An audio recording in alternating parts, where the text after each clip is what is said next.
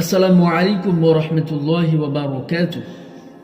আজকে যে বিষয় নিয়ে আলোচনা করতে চলেছি সেই বিষয়টি হচ্ছে, আমরা যদি আল্লাহ ওয়ালাদের মজলিসে, আল্লাহর জিকির করনে ওয়ালাদের মজলিসে যদি বসি, তো আমাদের ফেরেশতাগণ আমাদেরকে কি সুসংবাদ শোনাতে থাকে। বিসমিল্লাহির রহমানির রহিম। আল্লাহর নাফরমানি করা সত্ত্বেও তুমি তাহার মহব্বতের দাবি করছো। কসম আল্লাহর, এটা বড় আশ্চর্যের কথা।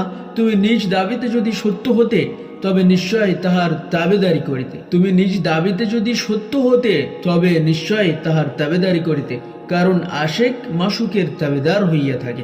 হুজুর সাল্লাল্লাহু আলাইহি সাল্লাম ইরশাদ করেন, আমার সমস্ত উম্মত জান্নাতে প্রবেশ করিবে। হুজুর সাল্লাল্লাহু আলাইহি সাল্লাম বলেন, আমার সমস্ত উম্মত জান্নাতে প্রবেশ করিবে, কিন্তু যে অস্বীকার করিয়াছে সে নয়। সাহাবাগণ প্রশ্ন করেন, যে ব্যক্তি অস্বীকার করিয়াছে তাহার অর্থ কি? হুজুর সাল্লাল্লাহু আলাইহি সাল্লাম বলেন, যে আমার পাবন্দি করিয়াছে সে বেহেশতে যাইবে, আর যে নাফরমানি করিয়াছে সেই অস্বীকারী। অন্য স্থানে এসেছে, তোমাদের মধ্যে কেউ মুসলমান হতে পারিবে না যে পর্যন্ত তাহার খহেশ আমার আনিত দিনের পুরোপুরি তাবেদার না হয়। মিশকাত শরীফের হাদিস। আশ্চর্যের বিষয়, যাহারা মুসলমানের হিতাকাঙ্ক্ষী বলিয়া দাবিদার, হুজুরের সুন্নত হইতে বর্জিত বিধায় যদি তাহাদের সামনে বলা হয় উহা সুন্নতের খিলাফ, তবে যেন তাহাদের প্রতি বর্ষা নিক্ষেপ করা হইল। কাউকে যদি ভুল ধরিয়ে দেওয়া হয়, তো তার এতটাই খারাপ লাগে যে তাকে বর্ষা নিক্ষেপ করে মারার মতো কষ্ট হয়। নবীর তরিকা ভিন্ন যে অন্য পথে অবলম্বন করে, সে কিছুতেই মঞ্জিলে মাকসুদে পৌঁছাতে পারিবে না। বস্তুত আল্লাহ ওয়ালার পরিচয় পাওয়ার পর তাহার সহিত সম্পর্ক স্থাপন করা, তাহার খেদমতে বেশি বেশি হাজির হওয়া, তাহার ইলম দ্বারা উপকৃত হওয়া হুজুরে পাকেরও নির্দেশ আর দিনেরও তারকের কারণ। একটি হাদিসে বর্ণিত আছে, যখন তোমরা বেহেশতের বাগানে ভ্রমণ করো, তখন উহা হইতে কিছু আহরণ করো। একটি হাদিসে বর্ণিত আছে, তোমরা যখন বেহেশতের বাগানে ভ্রমণ করো, তখন উহা হইতে কিছু আহরণ করো। সাহাবাগণ আরজ করিলেন, ইয়া রাসূলুল্লাহ সাল্লাল্লাহু আলাইহি সাল্লাম, বেহেশতের বাগান কি জিনিস? হুজুর সাল্লাল্লাহু আলাইহি সাল্লাম উত্তর করিলেন, ইলমের মজলিস। হুজুর সাল্লাল্লাহু আলাইহি সাল্লাম আরো ইরশাদ করেন, হযরত লোকমান আলাইহিস সালাম আপন ছেলেকে নসিহত করিয়াছিলেন যে আলেমদের মজলিসে অধিক মাত্রায় হাজির হইবে এবং হেকমতওয়ালা ব্যক্তিদের বাণীসমূহ মনোযোগ সহকারে শুনিবে, কারণ আল্লাহ পাক হেকমতের নূর দ্বারা মৃত অন্তরকে এইভাবে সজ্জীবিত করেন, যেমন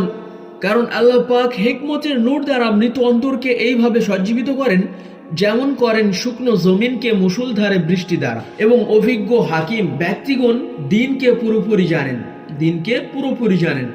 অন্য হাদিসে আসে, জনৈক ব্যক্তি হুজুর সাল্লাল্লাহু আলাইহি সাল্লামকে জিজ্ঞাসা করেন, সবচেয়ে ভালো সঙ্গী আমাদের জন্য কে হতে পারে?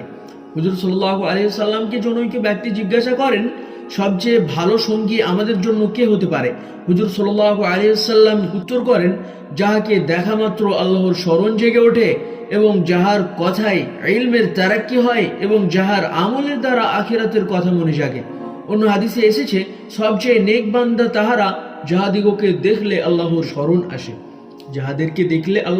আসে। স্বয়ং আল্লাহ পাক বলেন, আউযু বিল্লাহি মিনাশ শাইতানির রাজীম, বিসমিল্লাহির রহমানির রহিম, ইয়া আইয়ুহাল্লাযীনা আমানুত্তাকুল্লাহা ওয়া কুনু মা'আস সাদিকিন। আল্লাহ পাক কোরআন মাজিদের মধ্যে বলছেন, হে বিশ্বাসী বান্দাগণ, আল্লাহকে ভয় করো এবং সত্যবাদীদের সাথে থাকো। মুফাসসিরিনগণ সত্যবাদীদের অর্থ এখানে মাশায়েখ ও সুফিয়ায়ে কেরাম দ্বারা করিয়াছেন।